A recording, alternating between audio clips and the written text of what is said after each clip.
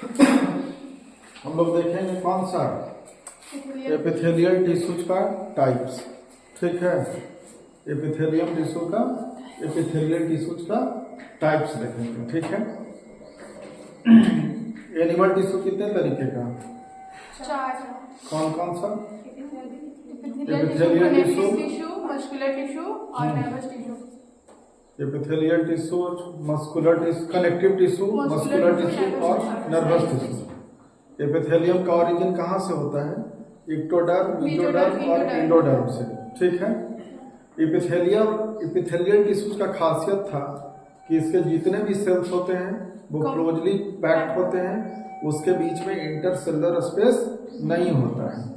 दूसरा, blood vessels और nerve fibre इसमें यूजुअली क्या होता है?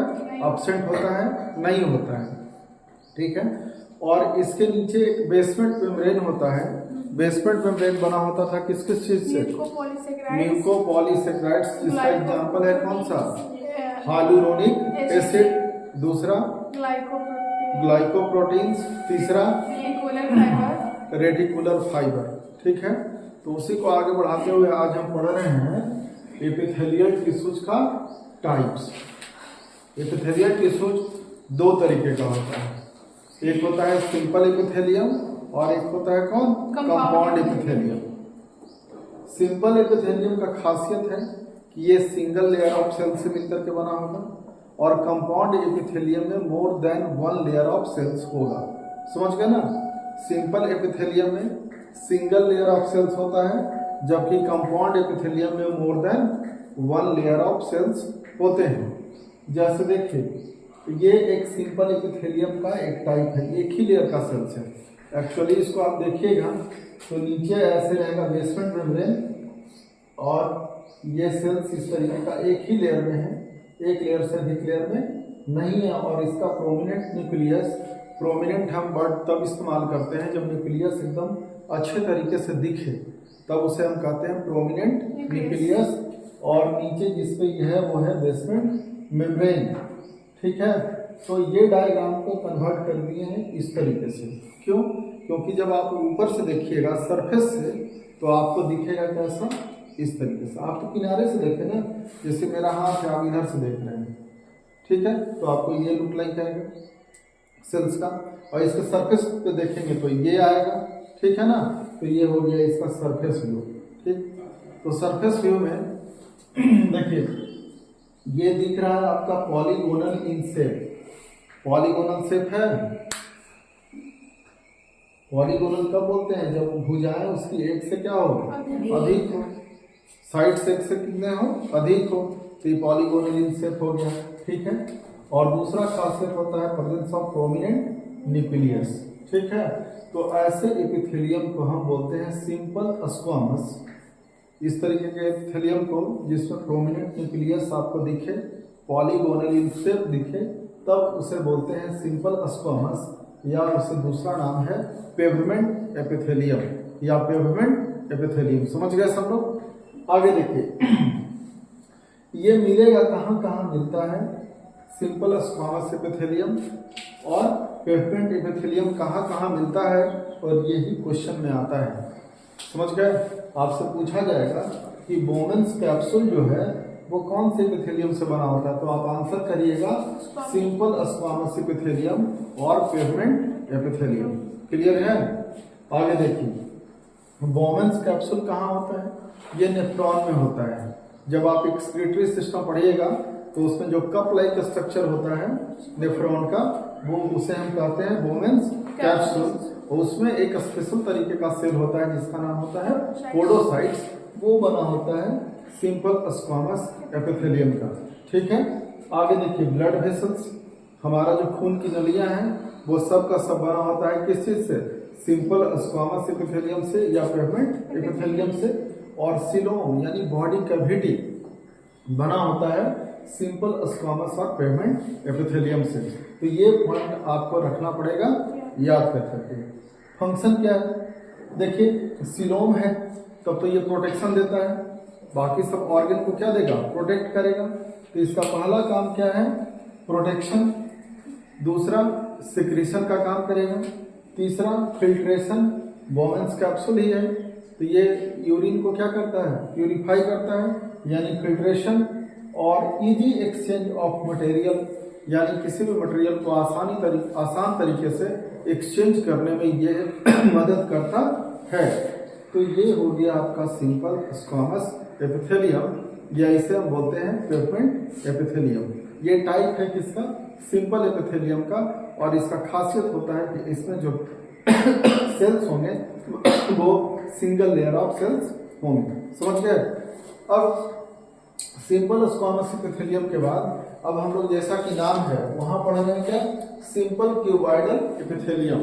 सिंपल क्यूबॉइडल एपिथेलियम, सिंपल कहने का मतलब कि ये सिंगल लेयर के सेल से मिलकर के बना होगा, क्योंकि simple epithelium single layer of cell से मिलकर के बना होता है। क्यूबॉइडल यानी इसके जो सेल्स होंगे उसका शेप कैसा होगा, क्यूब की तरह।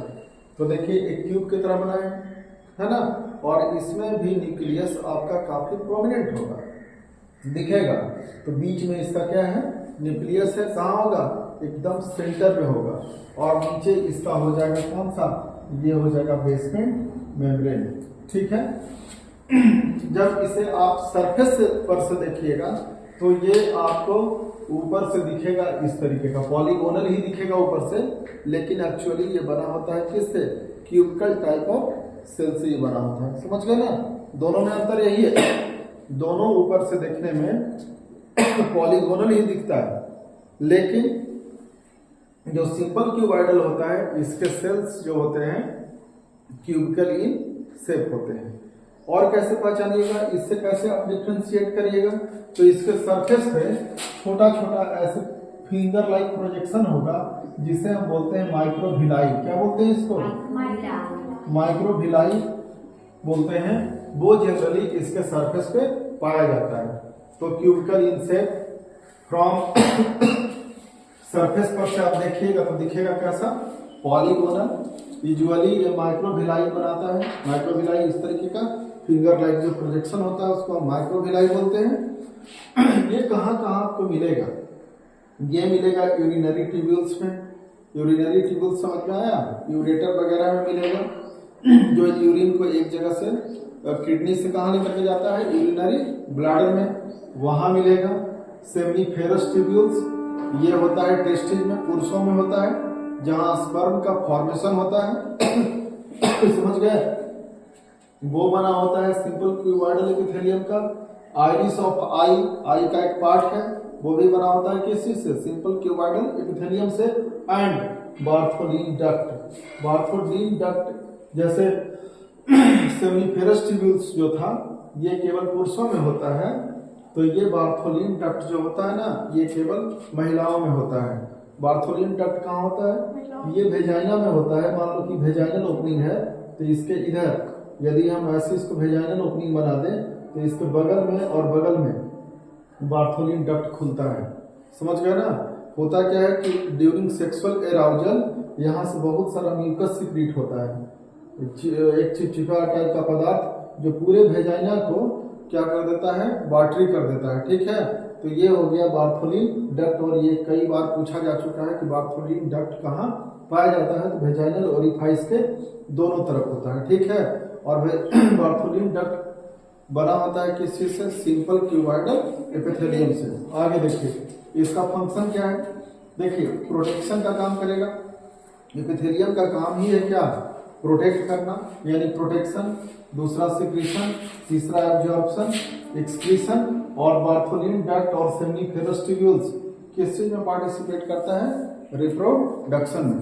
तो ये दो टाइप, अभी और टाइप बताते हैं, इतना का नोट करना।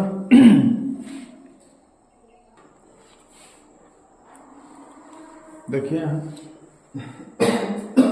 अभी हम देख लेंगे, पढ़ रहे थे सिंपल एपिथेलियम, दो पढ़ चुके हैं ऑलरेडी। अब हमारे पास तीसरा नंबर है सिंपल कोलुमनर एपिथेलियम का।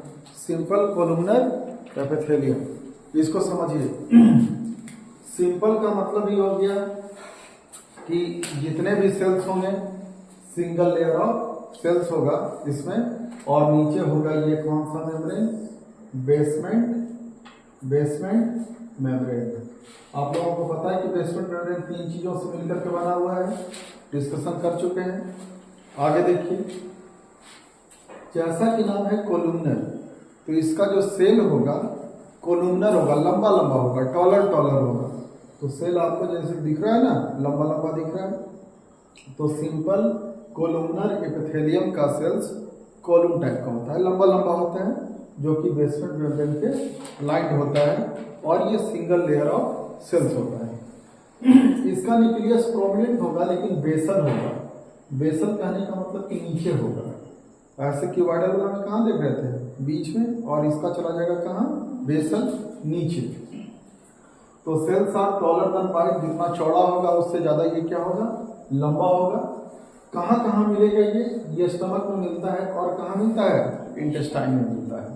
ठीक है, इसके बाद में आ जाइए सिंपल क्यूबाइडल सिलिएटेड।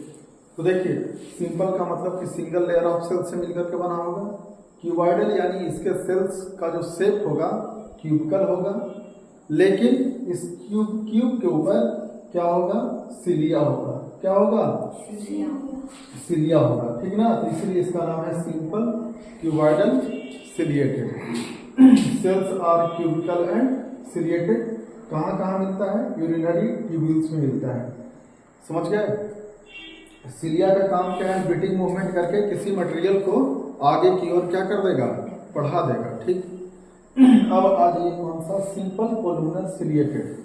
तो ये जो सिंपल तो है, तो इसी तरीके का दिखेगा इसी तरीके का। कोलुमनर है तो टॉलर ज्यादा होगा, वाइडर कम होगा। सिलिएटेड है यानी इसके ऊपर क्या आ जाएगा, सिलिया। इसका डायग्राम ये हो जाएगा, क्या हो जाएगा, इसके ऊपर सिलिया हो जाएगा। कहाँ कहाँ मिलेगा, बक्कोफेरेंजियल कैविटी जो फ्रॉग में होता है, मुंह के कैविटी को बोलते हैं बक्कोफेरेंजियल कैविटी। बकने का काम करता है ना, तो इसका नाम है बक्कोफेरेंजियल कैविटी। वो बना होता है सिंपल कोलुमनर सिलिएटेड का। हम लोगों में जो खाली जगह होता है ब्रेन का, उसको वेंट्रिकल्स बोलते हैं। वेंट्रिकल्स का नाम एक जगह और आपने सुना होगा, हार्ट में होता है ऑरिकल, और दूसरा कौन सा, वेंट्रिकल्स। तो ब्रेन में भी वेंट्रिकल्स होता है। तो ब्रेन में वेंट्रिकल्स और किसको बोलते हैं, ब्रेन का जो खाली वाला पार्ट होता है, समझ गए, जिसमें CS से भरा होता है, वो कहलाता है वेंट्रिकल्स ऑफ ब्रेन। बना होगा सिंपल कोलुमनर सिलिएटेड से। और जो सेंट्रल कैनाल होता है किसका, स्पाइनल कॉर्ड का, ये पढ़ा चुके थे नर्वस सिस्टम में, वो भी बना होता है किस चीज से, सिंपल कोलुमनर सिलिएटेड से। ठीक है, अब आ जाइए कौन सा, सीडो स्ट्राटिफाइड एपिथेलियम, F नंबर। ठीक, सीडो का मतलब होता है फॉल्स, फॉल्स का मतलब झूठा, फॉल्स का मतलब झूठा। स्ट्राटिफाइड का मतलब होता है मल्टीलेयर। स्ट्राटिफाइड का मतलब क्या होता है, मल्टीलेयर। और एपिथेलियम, तो देखिए दिखने में ही लगेगा ना कि मल्टीलेयर है, एक लेयर दूसरा लेयर, मतलब 2 लेयर में बना हुआ है, लेकिन एक्चुअली ये 2 लेयर में बना हुआ सेल नहीं होता है, क्या सिंगल लेयर में ही बना हुआ ये सेल्स होते हैं। ठीक है ना, तो दिखने में लगेगा मल्टीलेयर। स्ट्राटिफाइड एक टाइप है कंपाउंड एपिथेलियम का, तो दिखने में लगेगा मल्टीलेयर, लेकिन एक्चुअली है कैसा, सिंगल लेयर। एक बड़ा सेल है दूसरा छोटा, एक बड़ा सेल है दूसरा छोटा। तो जो टॉलर सेल्स हैं, इसका न्यूक्लियस होता है ओवल, अंडा जैसा, और जो शॉर्टर सेल छोटे सेल्स होते हैं, इसका न्यूक्लियस होता है राउंडेड। समझ गए। तो ये दोनों के बीच में डिफरेंशिएट करेगा, टॉलर सेल्स के बीच में और शॉर्टर सेल्स के बीच में। तो सेल्स आर कोलुमनर, जिसके सेल्स लंबे लंबे होते हैं, लेकिन एक बड़े होते हैं और एक छोटे होते हैं। तो cells are columnar but unequal in size, long cells and short cells. Long cells have oval nucleus and short cells have rounded nucleus. It gives appearance of stratified epithelium. ये दिखने में लगेगा स्ट्राटिफाइड एपिथेलियम की तरह, लेकिन actually होता नहीं है, इसीलिए इसे कहा जाता है सीडो स्ट्राटिफाइड एपिथेलियम। कहाँ कहाँ मिलेगा, ये मिलेगा ट्रैकिया में, ट्रैकिया समझते हैं, वेंट पाइप में, और लार्ज ब्रोंकाई लंग्स के पास जो होता है वहां मिलेगा, उसके पाइपलाइन में। अब आ जाइए, इतना तो हम लोगों ने टाइप पढ़ा था किसका, सिंपल एपिथेलियम का। अब ये कौन सा है, compound epithelium. Simple epithelium single layer of cell से मिलकर करके बना होता है, जबकि कंपाउंड एपिथेलियम में 2 से 4-5 लेयर सेल्स हो सकता है। तो इसीलिए इसे कहा गया मल्टी लेयर एपिथेलियम। और भी क्या कहा जाता है? Multi layer epithelium. ये 2 तरीके का होता है, एक होता है स्ट्रैटिफाइड एपिथेलियम और दूसरा होता है ट्रांजिशनल एपिथेलियम। ठीक है, तो स्ट्रैटिफाइड एपिथेलियम भी होता है 2 तरीके का। एक के ऊपर क्रिएटिन प्रोटीन होता है जिससे हॉर्न बना होता है, क्रिएटिन प्रोटीन से हमारा बाल बना हुआ होता है, हॉर्न यानी सींग बना होता है जानवरों का, खुर बना हुआ होता है। ठीक है, तो एक हो गया क्रिएटिनाइज्ड और जिसमें क्रिएटिन प्रोटीन होगा, और दूसरा नॉन क्रिएटिनाइज्ड। तो stratified epithelium is of 2 types, एक में क्रिएटिन प्रोटीन है तो हम बोलेंगे क्रिएटिनाइज्ड, एक में नहीं है तो बोलेंगे नॉन क्रिएटिनाइज्ड। अब इसका दूसरा टाइप है कंपाउंड एपिथेलियम का, ट्रांजिशनल एपिथेलियम। ये पतला होगा लेकिन स्ट्रेचेबल होगा, खींचेंगे खिंचा जाएगा, छोड़ेंगे अपने शेप में आ जाएगा। ठीक है, तो ये 4 से 6 लेयर में बना होता है, मच थिनर देन मोर स्ट्रेचेबल। तो ये पूरा का पूरा एपिथेलियल टिश्यू आज आपका समाप्त हो गया पार्ट 3 तक। अब अगले क्लास में हम पढ़ाएंगे कनेक्टिव टिश्यू।